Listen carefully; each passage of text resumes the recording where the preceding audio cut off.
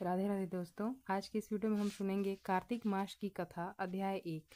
नैमिषारण्य तीर्थ में सूत जी ने 88,000 सनकादि ऋषियों से कहा, अब मैं आपको कार्तिक मास की कथा विस्तार पूर्वक सुनाता हूँ, जिसका श्रवण करने से मनुष्य के सभी पाप नष्ट हो जाते हैं और अंत समय में वैकुंठ धाम की प्राप्ति होती है।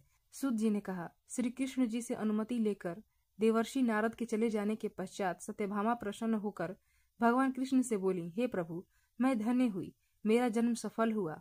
मुझ जैसी त्रैलोक की सुंदरी के जन्मदाता भी धन्य हैं, जो आपकी 16,000 स्त्रियों के बीच में आपकी परम प्यारी पत्नी बनी।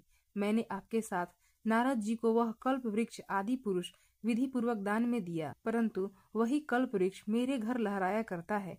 यह बात मृत्यु लोक में किसी स्त्री को ज्ञात नहीं है। हे त्रिलोकीनाथ, मैं आपसे कुछ पूछने की इच्छुक हूँ। आप मुझे कृपया कार्तिक महात्म्य की कथा विस्तार पूर्वक सुनाइए, जिसको सुनकर मेरा हित हो और जिसके करने से कल्प पर्यंत भी आप मुझसे विमुख न हो। सूत जी आगे बोले। सत्यभामा के ऐसे वचन सुनकर श्री कृष्ण ने हंसते हुए सत्यभामा का हाथ पकड़ा और अपने सेवकों को वहीं रुकने के लिए कहकर विलास युक्त अपनी पत्नी को कल्प वृक्ष के नीचे ले गए। फिर हंसकर बोले, हे प्रिय, 16,000 रानियों में से तुम मुझे प्राणों के समान प्यारी हो। तुम्हारे लिए मैंने इंद्र एवं देवताओं से विरोध किया था। हे कांते, जो बात तुमने मुझसे पूछी है उसे सुनो। एक दिन मैंने तुम्हारी इच्छा पूर्ति के लिए गरुड़ पर सवार होकर इंद्रलोक जाकर कल्प वृक्ष मांगा। इंद्र द्वारा मना किए जाने पर इंद्र एवं गरुड़ में घोर संग्राम हुआ और गौलोक में भी गरुड़ जी गौओं से युद्ध किया। गरुड़ की चोंच की चोट से उनके कान एवं पूंछ कटकर गिरने लगे, जिससे 3 वस्तुएं उत्पन्न हुई।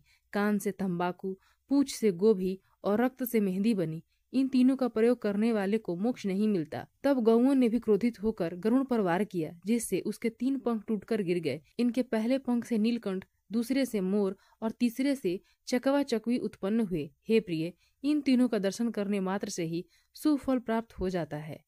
यह सुनकर सत्यभामा ने कहा, हे प्रभु, कृपया मुझे मेरे पूर्व जन्मों के विषय में बताइए कि मैंने पूर्व जन्म में कौन कौन से दान, व्रत व जप नहीं किए हैं। मेरा स्वभाव कैसा था, मेरे जन्मदाता कौन थे और मुझे मृत्यु लोक में क्यों जन्म लेना पड़ा। मैंने ऐसा कौन सा पुण्य कर्म किया था जिससे मैं आपकी अर्धांगिनी हुई। श्री कृष्ण ने कहा, हे प्रिय, अब मैं तुम्हारे द्वारा पूर्व जन्म में किए हुए पुण्य कर्मों को विस्तार पूर्वक कहता हूँ। पूर्व समय में सतयुग के अंत में मायापुरी में अत्रि गोत्र में वेद वेदांत का ज्ञाता देव शर्मा नामक एक ब्राह्मण निवास करता था। वह प्रतिदिन अतिथियों की सेवा, हवन और सूर्य भगवान का पूजन किया करता था। वह सूर्य के समान तेजस्वी था। वृद्धावस्था में उसे गुणवती नामक कन्या की प्राप्ति हुई। उस पुत्रहीन ब्राह्मण ने अपनी कन्या का विवाह अपने ही चंद्र नामक शिष्य के साथ कर दिया। वह चंद्र को अपने पुत्र के समान मानता था और चंद्र भी उसे अपने पिता की भांति सम्मान देता था। एक दिन वे दोनों कुश व संविधा लेने के लिए जंगल में गए। जब वे हिमालय की तलहटी में भ्रमण कर रहे थे, तब उन्हें एक राक्षस आता हुआ दिखाई दिया। उस राक्षस को देखकर भय के कारण उनके अंग शिथिल हो गए और वे वहां से भागने में भी असमर्थ हो गए। तब उस काल के समान राक्षस ने उन दोनों को मार डाला। चूंकि वे धर्मात्मा थे, इसलिए मेरे पार्षद उन्हें मेरे वैकुंठ धाम में मेरे पास ले आए। उन दोनों द्वारा आज सूर्य भगवान की पूजा किए जाने के कारण मैं दोनों पर अति प्रसन्न हुआ। गणेश जी, शिव जी, सूर्य व देवी, इन सबकी पूजा करने वाले मनुष्य को स्वर्ग की प्राप्ति होती है।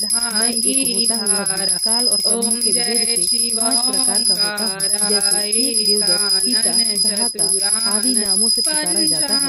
जब वे दोनों विमान पर आरूढ़ होकर सूर्य के समान तेजस्वी रूपवान चंदन की माला धारण किए हुए मेरे भवन में आए तो वे दिव्य भोगों को भोगने लगे। वृषभान साजे, ओम जय शिव ओंकारा।